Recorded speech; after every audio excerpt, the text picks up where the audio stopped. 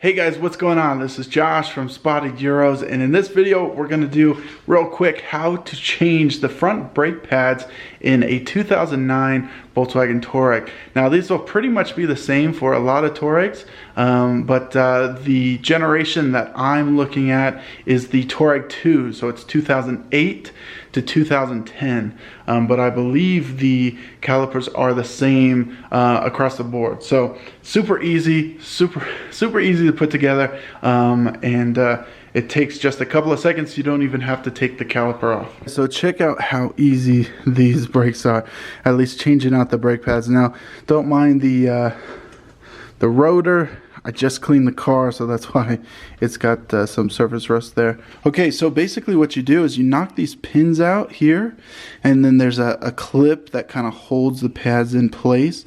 So this clip comes out, so you knock the two pins out, and then honestly the pads just slide right out. It is no problem at all.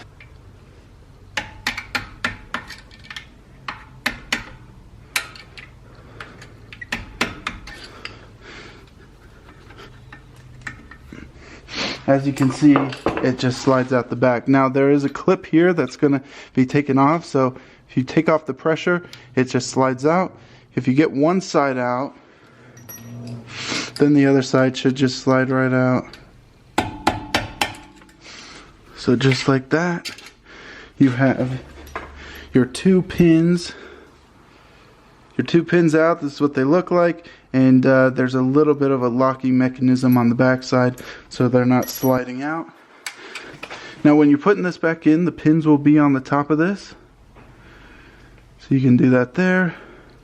And then there's a clip here in the middle, and that will be for your sensor if you want to run the sensor there. Okay, so now at this point your brake pads won't be completely free, just because you have the plungers. So if you get some channel locks, you should be able to push the plunger back just enough.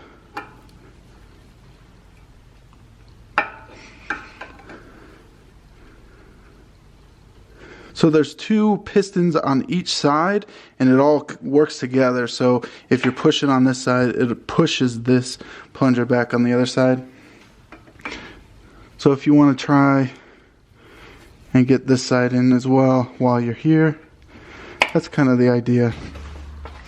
Okay, so here are your new tabs, or your new brake pads. As you can see here, brand new. So once again, hopefully you have enough room to slide this in. Now if you keep an eye on the holes on the pads, so there'll be holes here that for the pins. So just try and line it up. You can always adjust it later, but instead of just pushing it all the way through, there you go. Now once you have this pad in, it's thicker, so you're actually able to compress the pistons just a little bit more. So now what I would do is just use your channel locks once again. Try and push in the piston as much as you need to put in the other pad. Okay, so we have both the pads in. It really doesn't take very much, so don't feel like you gotta try. Don't feel like you gotta try and push the pistons in as much as you possibly can. So now we're just putting the pins back in. Might take a little bit to line them up. Then before you do that, you just want to make sure and put the bracket in. This is what holds the pads back in. So once again, you might want to just get one side in,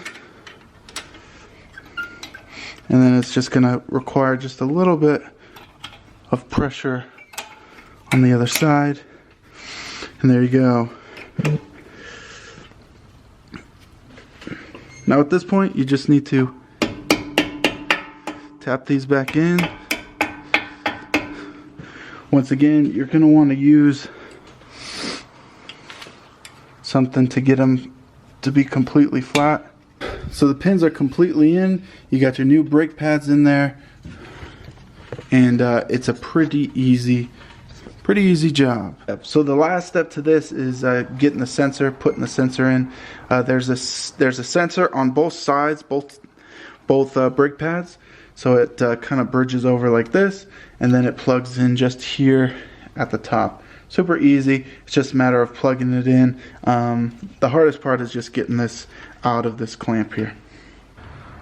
Okay, so there you go. So there is the sensor routing. What's nice is keeping it all nice and contained.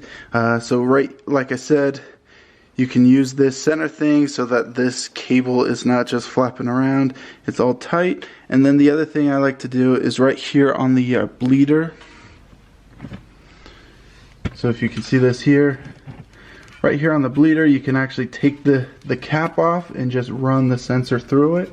That way it's held there, and then the sensor plugs in. Now this sensor, for whatever reason, it's always so hard to get it in this.